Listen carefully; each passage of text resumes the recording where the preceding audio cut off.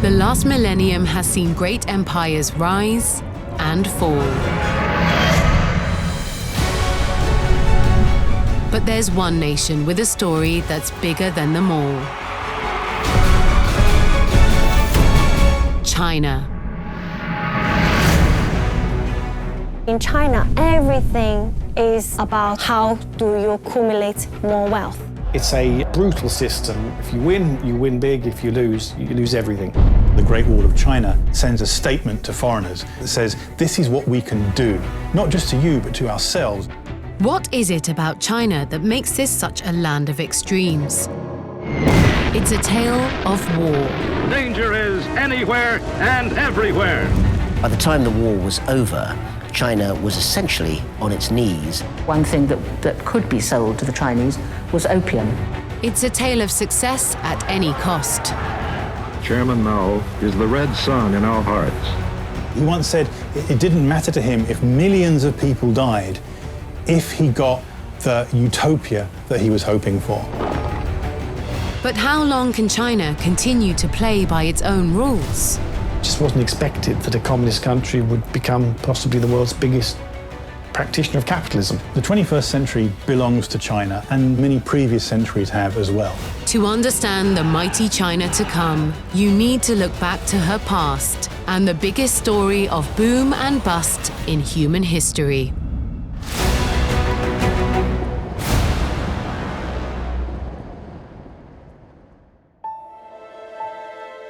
China, home to nearly a fifth of all the people on the planet. Its population of almost 1.4 billion are living through extraordinary times. They're part of one of the fastest growing economies in the world, with average incomes rising fivefold in just 15 years. In the 20 years since I moved out of China, China has changed so dramatically. The wealth, the amount of wealth in China, phenomenal. And with that wealth has come one of the biggest building booms in history. Over the last few decades, China has become probably the biggest building site in the world. Amazing modernized airports, huge bridges, highways, high-speed trains. Shanghai has something like 2,000 skyscrapers over 20 stories. It's extraordinary how much building has happened. Such a huge proportion of the world's metals, ores, basic building blocks of construction have been going to China. Over a period of just 3 years, China has used more cement than the United States did during the entire 20th century. But to understand what drives this rampant explosion in construction and what feeds this vast ambition, you need to look back into China's past. Because the last 1,000 years tell the story of ancestors who proved that when this vast workforce is harnessed, it can achieve progress on a scale other countries can only dream of.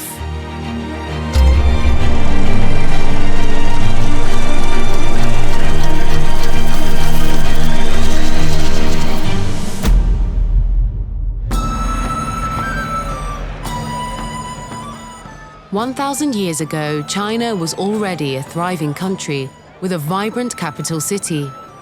Its people had a developed culture. It was way ahead of most other countries in the world. And definitely, I mean, its capital city was the largest in the world at the time. Had a population of some 700,000 and, you know, was streets ahead of any city anywhere else in the world. London, by comparison, was a city of only 20,000. Much of China was ruled by Emperor Shenzong. The country we know today was a collection of ethnic groups, tribes, and kingdoms. The biggest threat facing Shenzong was invasions from the north, but he'd inherited a remarkable structure to keep the invaders out.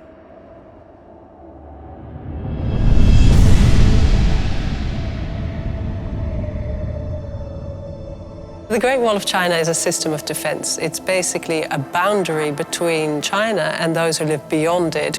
The Chinese population on the whole lived in fear of invasions from the nomads beyond that boundary. The Great Wall of China is the longest man-made structure on the planet, one of the wonders of the world. In total, including all of its different branches, the Great Wall stretches around 5,500 miles, almost a quarter of the way round the world. It's visited by more than 10 million people every year. This engineering icon is the result of centuries of ongoing labor. Some of its sections, built only of pounded earth, are more than 2,000 years old. But by the time of Emperor Chensong, 1,000 years ago, much of it was made of stone and was essential to protect his rule from invading nomads to the north. Sends a statement to the people of China that this is where the authority and the protection of the emperor stops.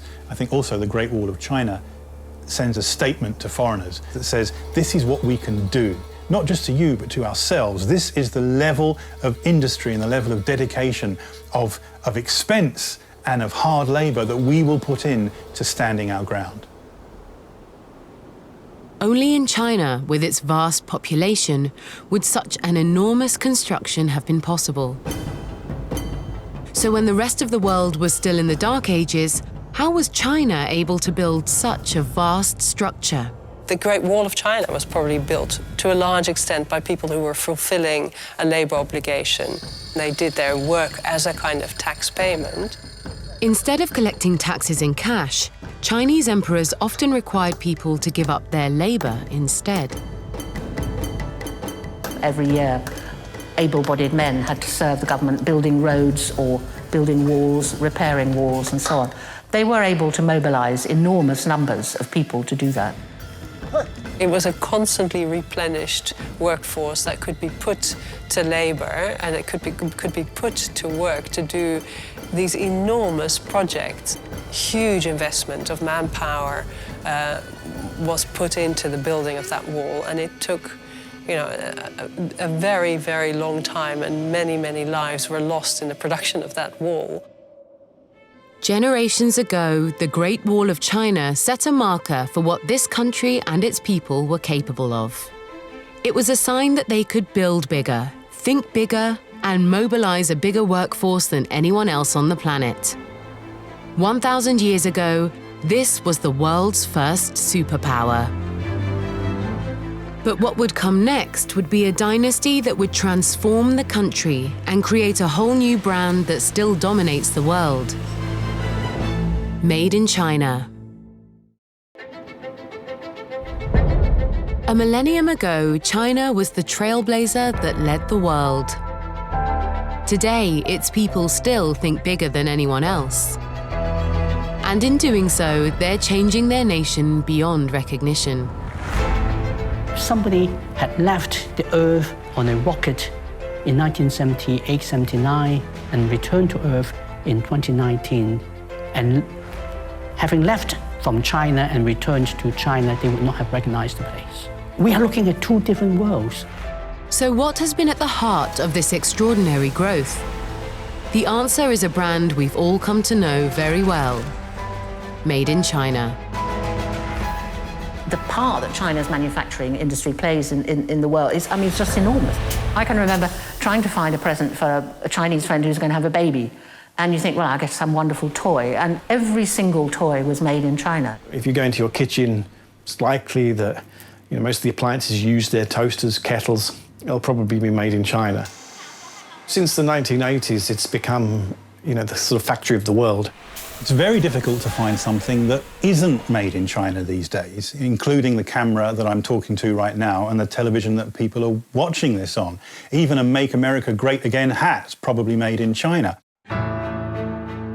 But behind the story of huge national growth is a deeply rooted personal drive on the part of the Chinese people. Chinese people really are very hungry for their own personal development. I think it's in our blood to progress constantly as a human being. And that determination to do whatever it takes to make a better life can be traced right back to one of China's most significant dynasties.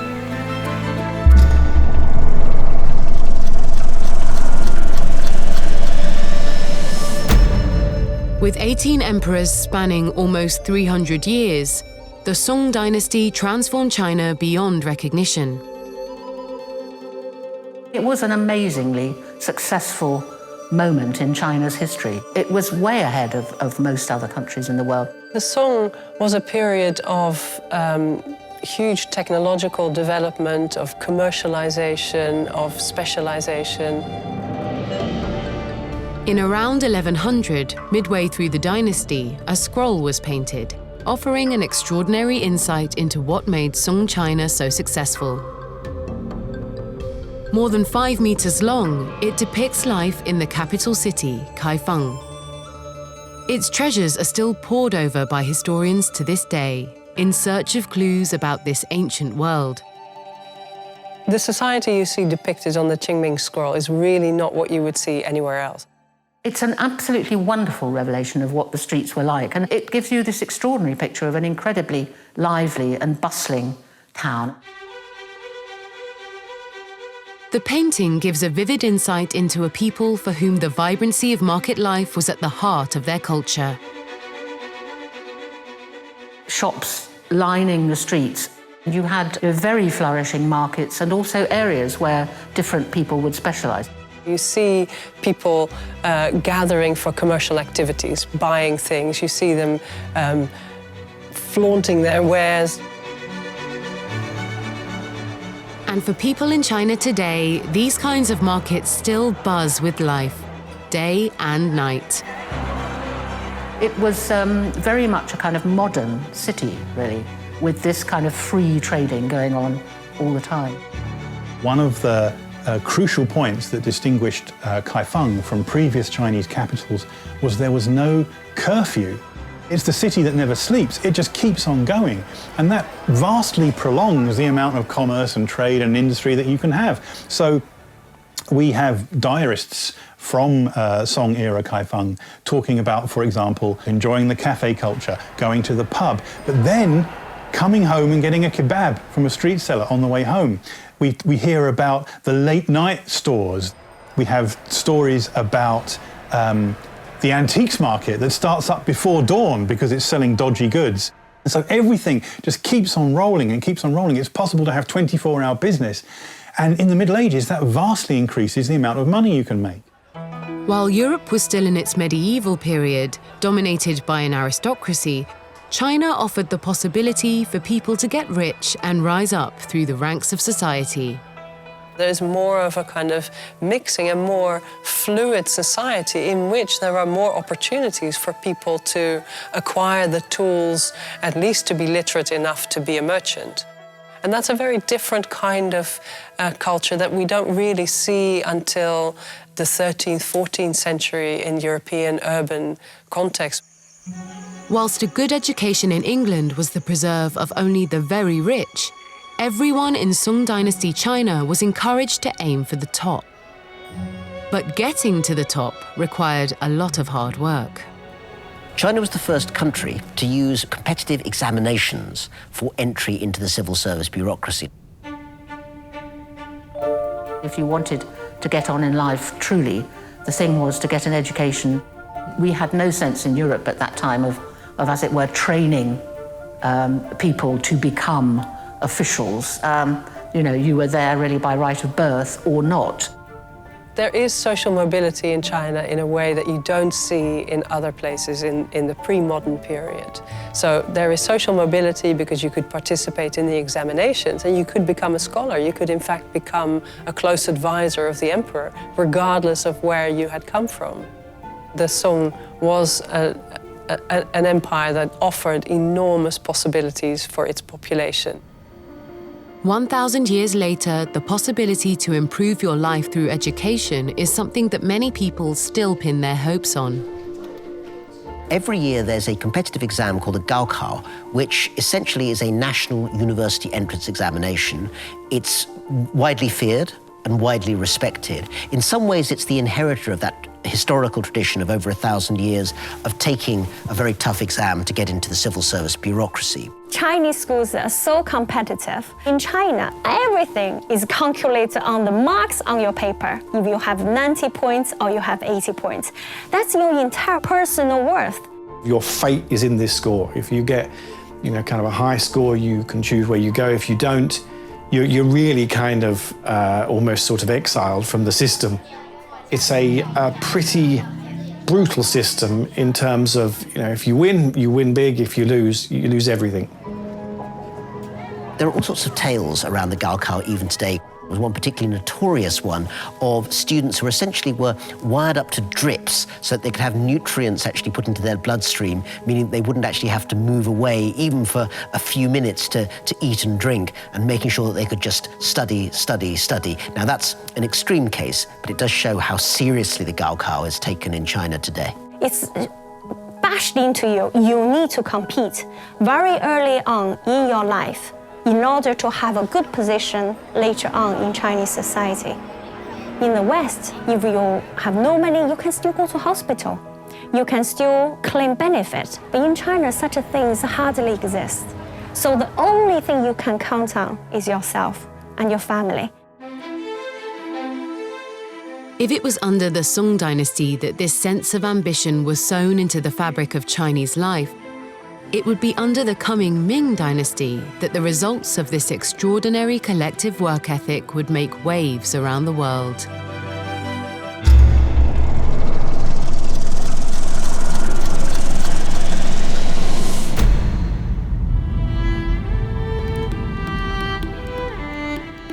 The Ming was a dynasty established by the only emperor in China's long history to have been born a peasant. But that peasant would rise to become the Hongwu Emperor, founding a dynasty that would last almost 300 years. Its legacy would be immense, and there's one iconic location which represents the boldness of the dynasty more than any other.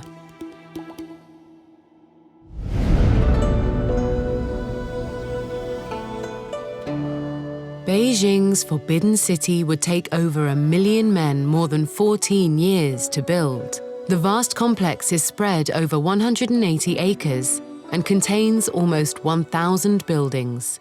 With walls as thick as 8 meters, the palace was designed to be imposing, glorious, and terrifying. The Forbidden City has massive, great sort of terracotta, dark red walls, which sort of loom, as it were, above you. Even now, when you go into the Forbidden City, you get a sense that you are in the presence of the ruler of the world. It's designed to be awe-inspiring. It's designed to make you feel like you are insignificant. You're faced with this vast square and then this staircase going up to a huge palace where the ruler of the world lives. So everything about the Forbidden City is designed to tell you that you are nothing. The Forbidden City would be home to a series of 24 emperors and their households, and become the seat of Chinese government for 500 years. But the Ming Dynasty's most striking legacy was one that would almost come to define China itself.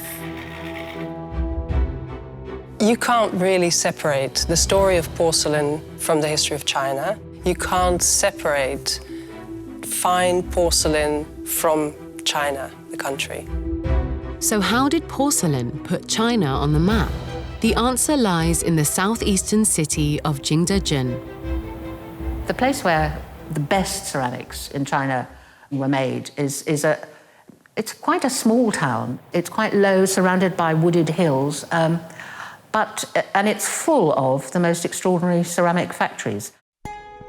If you go to Jingdezhen now, you are in the middle of a place that does nothing but make porcelain. In an age of astonishing achievements, why would the porcelain produced here come to be one of the Ming Dynasty's defining legacies? No one else could make something that was this hard, this thin, this strong, and this bright in terms of its color effect, its whiteness and the blue of the colors. And it became a really popular item, and blue and white since then has become the kind of epitome of Ming porcelain. But the real secret to Jingdezhen's success was how the porcelain was produced. Instead of a potter doing the whole process, people are working together next to each other on separate tasks. They are not responsible for the whole process, but it is a sequence of actions that have to be completed that all fit together, which increases productivity and efficiency and reliability. So all of those are very modern terms, and yet, you know, in the 15th century, that's how they were producing thousands and thousands of pieces of ceramics in Jingdezhen, which is extraordinary. It is a kind of precursor to factory production. Hundreds of years before China became the workshop of the world, Jingdezhen had become one of the world's first factory lines, churning out porcelain on an industrial scale. So I think that is the first place in the world where they were producing in these quantities to this quality like this. I think China very early came into this idea of sort of, you know, you don't have to see something through from beginning to end at all. You produce in a factory manner, in the most efficient manner. The person who's good at this does that, the next person does this, and so on. It's sort of mind-boggling, these quantities of porcelains that were being made in Jingdezhen. That vast scale of production meant Jingdezhen ceramics could be bought and sold across the world and become some of the most highly prized products on the planet. Nobody in Europe had seen anything like Chinese porcelain. The Queen had great piles of porcelain on all her mantelpieces, and people spent huge sums of money on it. People could be bankrupted pretty well by collecting porcelain. These were about power and wealth and status and fashion. They became very much part of the kind of fashion of the day. Ming Dynasty porcelain became so sought after, it achieved something the world had perhaps never seen before. It became a brand. They would write the name of the reign period of the emperor at the base. So you look at underneath it, you can see the characters, and it says Xuande. And the Xuande emperor really represents the top of the finest pieces of porcelain made in Jingdezhen. And ever since, even 100 years after that, those same characters get copied onto all kinds of pieces that weren't made in the Xuande reign period at all, but as a way of kind of branding the piece. It's a sort of marketing. Some people say that the blue and white is as a whole the first brand. You know, that it is like a brand. It's so familiar, it's so strikingly distinguishable. Whichever pattern it is, if it's blue and white, you immediately recognize it as a piece of blue and white. Centuries ago, China was already a commercial pioneer, manufacturing, marketing, and selling on an immense scale to the world. And today, for her vast workforce, being part of the great national factory is more than just a job, it's a way of life. For many migrant workers who come from the countryside to work in the cities, it's not possible for them to go home, and therefore their place of work actually becomes their place of sleep, eating, and rest as well. So a factory is not just where you work, it's your whole life too. They have their sleeping quarters with dormitory. They stay with up to 8 people, 12 people in one room, and then they go to the work in another part, and then they go to food into the canteen. Everything is together. I really witness people were not treating them very well because they are very easily replaced. And yet people do it in their hundreds of millions to make their lives better. It's a work ethic deeply rooted in the history of China. But even that hard work wouldn't be enough to save the country from the darkest chapter in its history. Mighty China was about to begin a remarkable reversal of fortunes, one that would threaten its very survival. And it all began with the arrival of the British. Over the last 1,000 years, China has seen its fortunes rise and fall, but today it's very much in the ascendance. It's big, it's booming, and it's seemingly unstoppable. The manufacturing capital of the world, its economy has swelled, making it the second richest country on the planet. But with wealth comes power, and that's making a lot of people very nervous. We're having a little spat with China, and we'll win it. We put a lot of tariffs on China today, as you know. They put some on us, we put a lot on them. But today's trade war isn't the only issue between China and the West. The future of Hong Kong and her people continues to make headlines. It's a dispute which has its roots in a dark chapter of Chinese history that would change the country forever.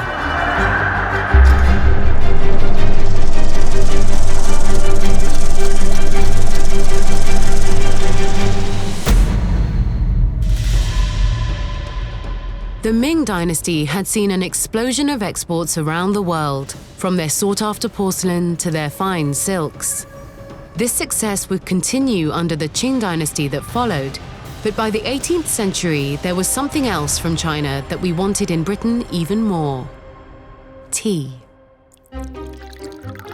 There was a great appetite for tea as a product that at first I think was considered something of a luxury, something for the elites, but I think began slowly but surely to spread throughout society. Tea had just become fashionable beyond belief, and tea was a sort of necessity, the British. And I mean, you know, something like 10% of the national spending was on tea. I mean, it was an enormous amount, and we couldn't find anything to swap it for with the Chinese.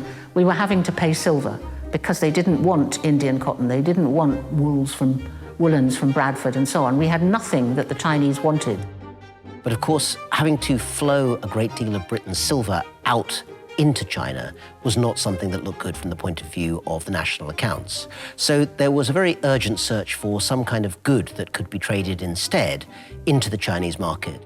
The British sent a delegation to China to offer our wares, but the emperor was unimpressed. China was responsible for about a third of global industrial output, far greater than Victorian England was responsible for.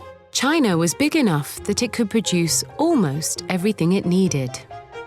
Unfortunately, it was discovered that one thing that could be sold to the Chinese was opium. British traders realized they could grow opium in recently conquered India and sell it for a profit in China. Opium became extremely widely used in China in the 19th century. It was used at all levels of society. The opium crisis in China reached the stage where there were 12 million addicts in the country. And that level of business for drug dealers, but also for the medical implications and the criminal implications, was something the Chinese couldn't ignore. China decided to take action. Lin Zexu is the Qing Dynasty official of the late 19th century. He was essentially tasked with trying to eliminate the opium trade. He impounded the opium supplies that the British had brought in the port of Guangzhou, then known as Canton, and basically threw it all into Canton Harbour while reciting a prayer over the waters to apologize to the goddess of the sea for actually polluting the water with all of these drugs. He then basically gave a lecture to the British traders, telling them not to be so foolish and so wicked as to bring this dreadful drug to China again, and pretty much left it there thinking, job done. It turned out that that was not, in fact, the case. It was a turning point in China's history because the British response was to send in the gunboats. The Chinese were really militarily, I mean, way behind.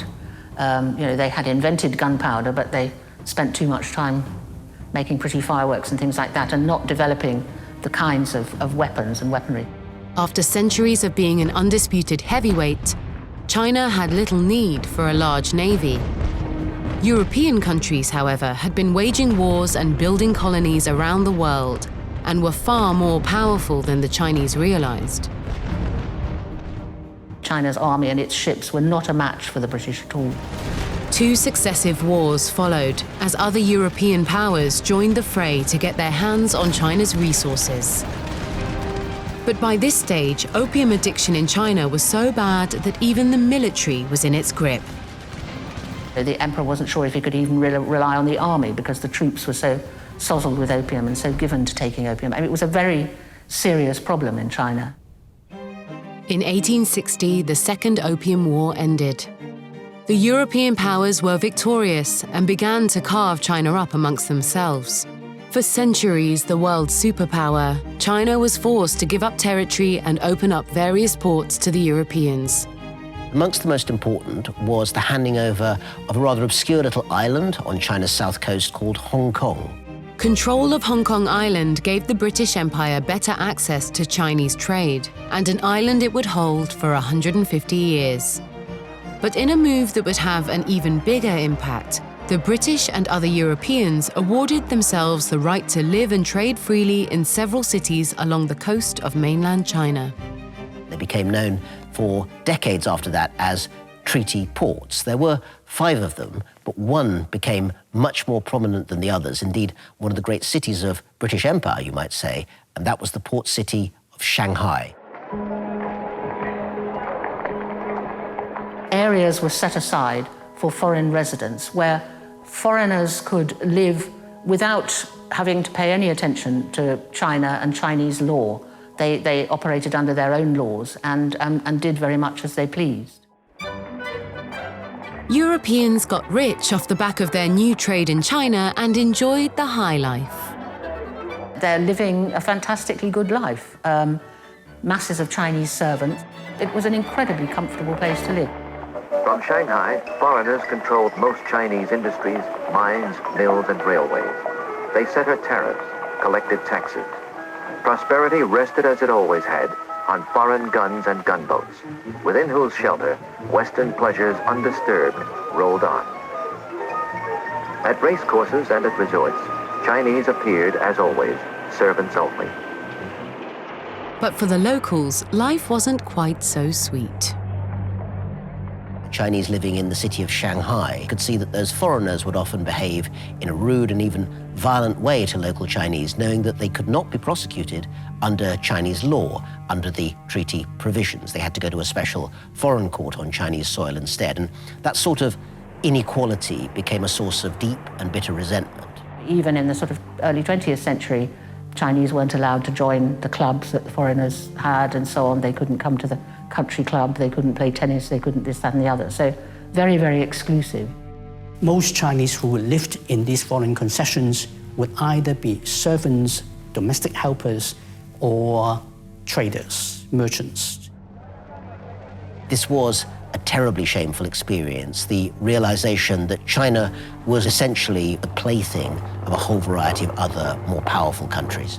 The Opium Wars and their treaties marked the start of what has become known in China as the Century of Humiliation. But while China's glory days were fading, things were about to get much worse. Today, in China, there's one event that unites this country's vast population of more than 1 billion people.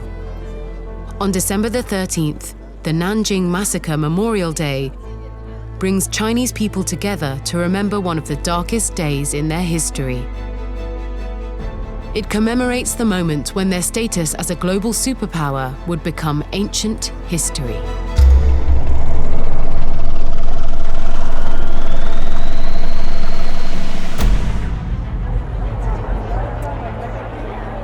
By the early 20th century, China's economy was no longer the world leader it had once been. The Chinese economy had suddenly boomed, but it had not modernized in the way that European economies had. China's neighbor, Japan, had become the dominant power in the region. Japan had undertaken one of the most rapid modernizations in the world, including modernization of its education, its economy, and of course its military. Japan wanted to continue to grow its empire, and weaken China was an obvious target. Because Japan lacks raw materials. It is very tiny, it doesn't have a lot of the things that China has. And they pushed into China, and it was hugely resented, but there was very little that the Chinese could do about it. The Japanese were militarily superior.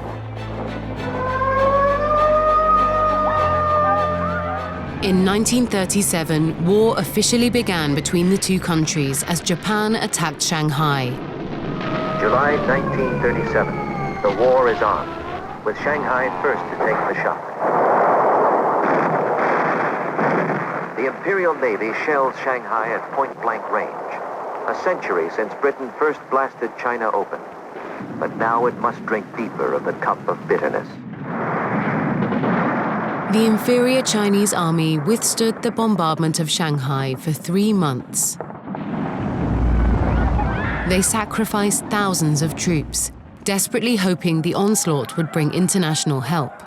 A few minutes before this picture was taken, this hotel, 20 stories high, was filled with guests of all nations, unmindful of the terror that stalked the skies. Now it's but a smoldering ghost of its former grandeur. A massacre of non-combatants, victims of an awful fate. Danger is anywhere and everywhere. But the international community turned a blind eye, and help never came. After taking Shanghai, in December 1937, Japanese troops marched towards Nanjing, or Nanking, which was then China's capital.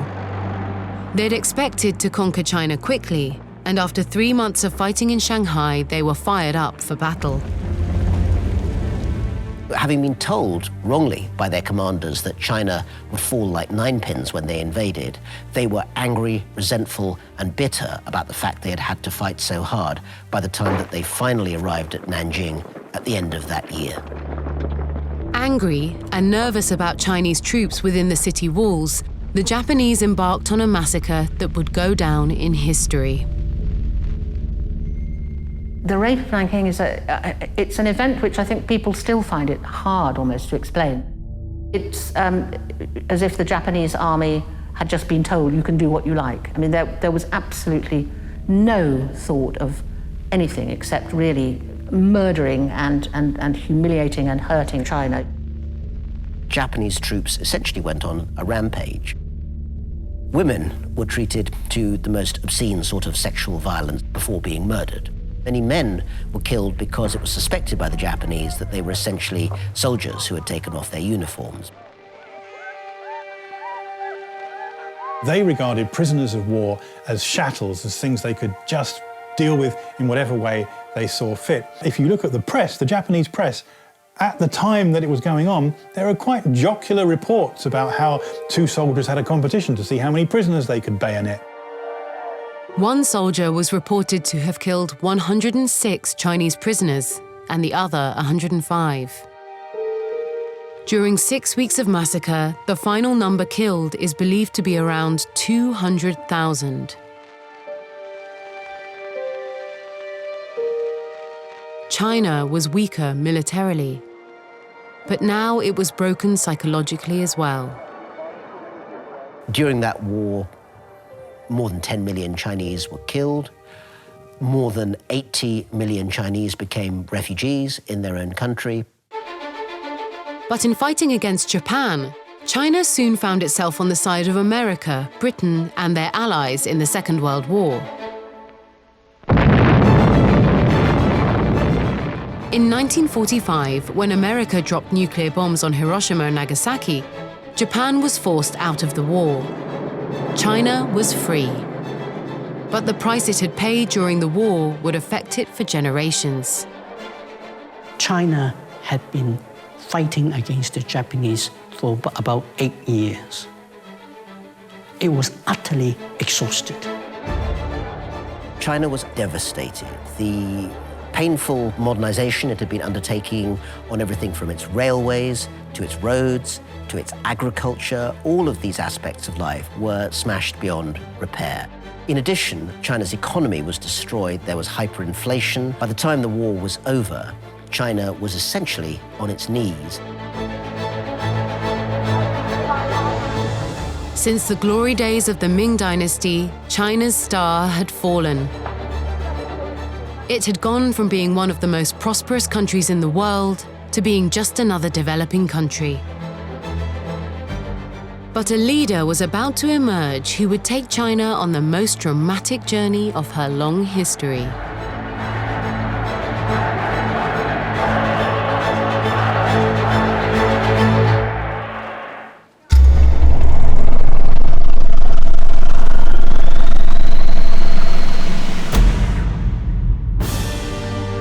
This 32-meter giant of a statue, costing around $300 million, was unveiled in 2009 in Changsha.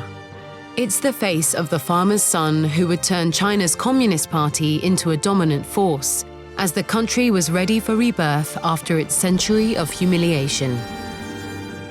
This is Mao Zedong. Our great teacher, great leader, great commander, and great helmsman, Chairman Mao, is the red sun in our hearts. Mao Zedong's thoughts guide us in all our work. And as with previous emperors, Mao would assume total control and require total devotion. One quite plausible way to talk about Mao's status is to think of him as sort of a god. He was part of people's lives, his photo is everywhere. You know, he kind of really was, it's almost like the only period in Chinese history where you had this intense kind of spiritual unity where people all kind of had the same belief system. He saw himself as a benevolent despot, as a man who needed to break heads to get things done. Old traditions, old beliefs, old values had to go. All that remained would be communism. They were given permission by the leader of the country to go wild against their elders, and go wild, many of them really did. People wanted desperately to prove themselves to be more red than the next man. With the cultish devotion that he built around himself, Mao was willing to do whatever it took to transform China. People were basically encouraged to build, you know, kind of almost make your own furnaces. So you had industrialization, but on the most sort of primitive and ineffective scale. It is like doing it in your own back garden, you know, melting down cooking pots and hoping that you might be able to make a tractor. Meanwhile, around the globe, a new world order was emerging. America had become the dominant superpower. Russia had taken over Eastern Europe and formed the mighty USSR. But Mao would soon unleash a new revolution, bringing about one of the greatest moments of madness the world had ever seen.